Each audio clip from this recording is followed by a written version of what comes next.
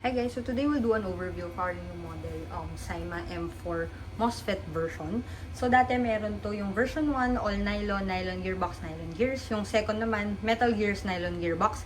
Pero ang problema with that model is yung sa piston ladder niya, yung unang tooth lang yung metal. So ang nangyayari, napupudpud yung the rest of the ladder na plastic. So ngayon, for this new version, buo na siya. So kumuha na kami, tsaka para ma-check natin ano yung bago dito sa pa-MOSFET nila. So bawat box, makakuha kayo ng ganito, programming card. So meron siyang fault calibration. Basically, kapag nagmi-misfire or basta kapag feeling mo nag-malfunction, huwag ka muna mag-panic. Sundan nyo muna tong pagka-calibrate sa kanya, tapos i-check nyo muna. Tapos, ang gusto kong i-focus talaga dito guys, yung pre-cocking versus yung gel BB's preload. So, ano ba yung difference nilang dalawa? Kasi itong semi tsaka auto, medyo alam na natin to from yung mga Bohan units eh. Na from semi, na pa isa-isa, pwedeng maging binary, which is yung pag-trigger mo, puputok ng isa, pag bitaw mo, puputok ng isa pa. So, yun yung binary. Tapos, sa burst naman, yun yung, sa full auto kasi, diba, hanggang naka-hold ka, tuloy-tuloy magpa-fire yung blaster natin. Pero kapag 3 burst, ibig sabihin, kahit naka-hold ka, 3 lang yung lalabas. So, limited lang. So, yun lang yun. So, yun, balik tayo dito. Pre-cocking versus gel BB's preload. So, ang difference nila guys, yung gel BB's preload is basically pre-feeding. Kung naririnig nyo na yun sa ibang mga models natin. So, mangyayari doon, kapag kunyari ito, nakapasok na yung battery natin, tapos pinasok mo yung magazine mo. As soon as ma-sensor niya na pumasok yung magazine, magpa-prime siya. So, yun yun. Yun yung gel BB's preload. So, ang maganda lang dito guys, pwede nyo siyang iset kung gaano kahaba yung gusto nyong preloading. So, literal, yung number of seconds na magra-run yung priming mo. Pwede mo siya iset dito. So, susundan mo lang to. Tapos, versus yung pre-cocking. Yung pre-cocking is basically, di ba, ito yung dito banda, cylinder natin, tapos may piston tayo.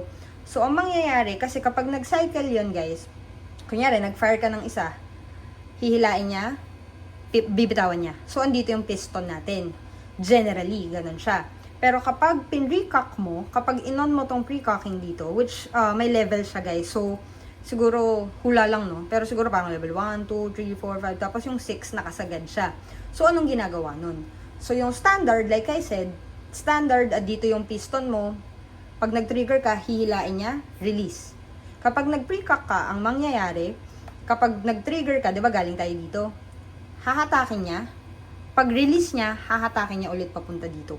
So, dito magi-start. Kaya siya naka-pre-cock. Kumbaga sa mga pellet, nakakasana siya, parang ganun.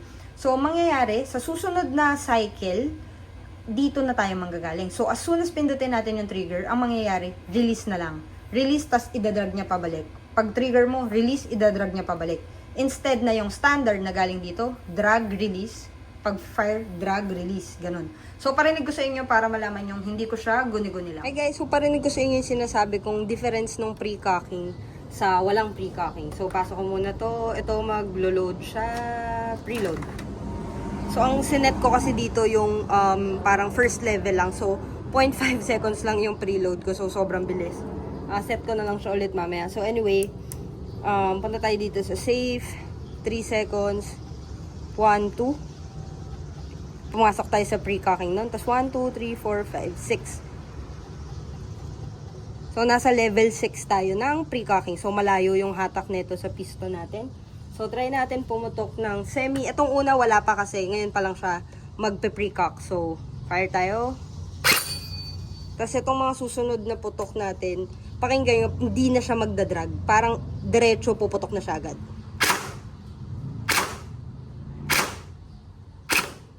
Versus, tanggalin natin yung pre-cocking safe. 1, 2, 3.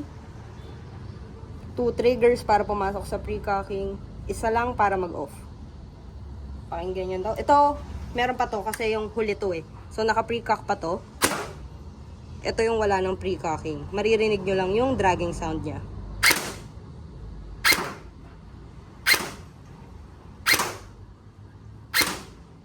Fire test.